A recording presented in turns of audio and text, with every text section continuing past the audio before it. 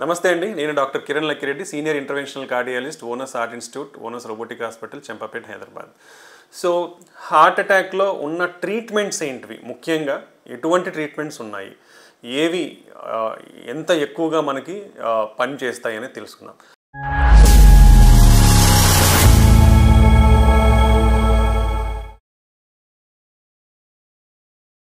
Acute heart attack అంటే sudden heart attack, అంటే సడన్గా మన గుండె యొక్క బ్లడ్ ఫ్లో, అంటే రక్తనాళాల బ్లడ్ ఫ్లో అనేది ఆగిపోయినప్పుడు వస్తుంది.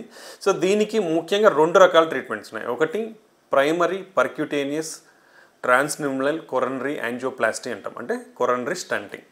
రెండోది intra arterial or systemic thrombolysis అంటాం, అంటే డ్రగ్స్ ఇవ్వడం అనమాట. ఈ 2 ట్రీట్మెంట్స్ ఉండేది. సో ఫస్ట్ ట్రీట్మెంట్ అనేది మోస్ట్ ప్రూవ్డ్, అంటే మీకు హార్ట్ అటాక్ అని నిర్ధారించినప్పుడు ఇమీడియట్గా చేయాల్సినది, ఎక్కడైతే క్యాత్ ల్యాబ్ ఫెసిలిటీ ఉన్న ఎస్టాబ్లిష్డ్ కార్డియాక్ సెంటర్స్ ఉంటాయో మీకు దగ్గరలో, అది కూడా మీకు ఎంత దగ్గరలో ఉంటే అంత దగ్గరలో ఉన్న సెంటర్కే వెళ్ళండి, టైం వేస్ట్ చేసుకోవద్దండి.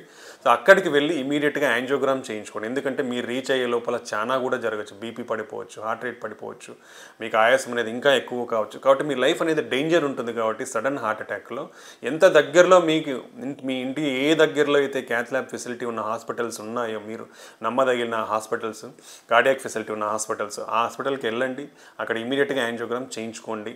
ఆ యాంజియోగ్రామ్లో ఉన్న సిగ్నిఫికెంట్ బ్లాక్స్ అనేది ఉంటే, అంటే సిగ్నిఫికెంట్ బ్లాక్స్ అంటే ఎప్పుడు అంటామంటే, యూజువల్గా సడన్ హార్ట్ అటాక్లో most of the time 100% vessel అనేది మూసుకుపోతుంది. That is the first thing.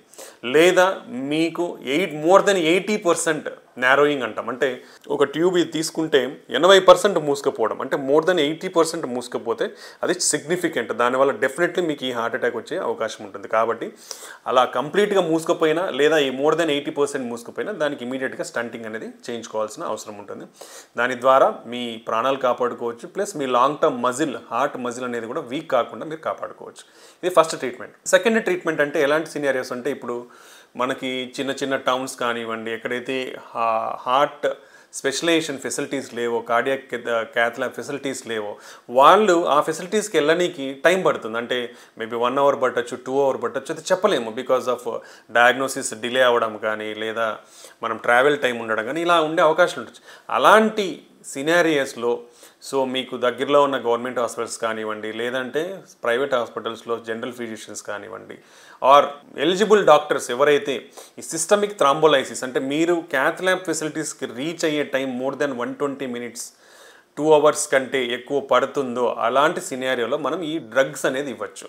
దీన్ని సిస్టమిక్ ఆర్టరియల్ థ్రాంబోలైసిస్ అంటాము. అంటే మనకి కొన్ని బ్లడ్ క్లాట్ లైసిస్, అంటే బ్లడ్ క్లాట్ అయిన దాన్ని క్లాట్ రిమూవ్ చేసే విధంగా పనిచేస్తాయి అన్నమాట. సో అలాంటి డ్రగ్స్ ఉంటాయి. అలాంటి డ్రగ్స్ తీసుకుంటే కూడా మీరు రిస్క్ తగ్గించుకున్న వాళ్ళు అవుతారు. సో ఆ డ్రగ్స్ తీసుకొని ఇమీడియట్గా మీరు కార్డియాక్ క్యాత్ ల్యాబ్ ఫెసిలిటీ ఉన్న ప్లేస్కి వెళితే అక్కడ దే విల్ మళ్ళీ మీ ఈసీజీ చేంజెస్ ఎలా ఉన్నాయి, ఏంటి మీ condition, general condition, BP, pulse rate అని ఎలా ఉన్నాయని చెక్ చేసి వాళ్ళు ఆ కండిషన్ బట్టి మళ్ళీ వాళ్ళు డెఫినెటివ్గా వితిన్ 24 అవర్స్, అంటే ఈ ఇంజెక్షన్ తీసుకున్నాక 3 to 24 అవర్స్లో ఇమీడియట్గా యాంజియోగ్రామ్ చేయించుకొని మీ బ్లాక్ క్లియర్ అయిందా లేదా, రెసిడ్యువల్ బ్లాక్ ఉందా లేదా అని తెలుసుకొని, సిగ్నిఫికెంట్ బ్లాక్ ఉంటే, అంటే మోర్ దెన్ 80% బ్లాక్ ఉంటే దానికి స్టంట్ వేయించుకోవాల్సిన అవసరం ఉంటుంది.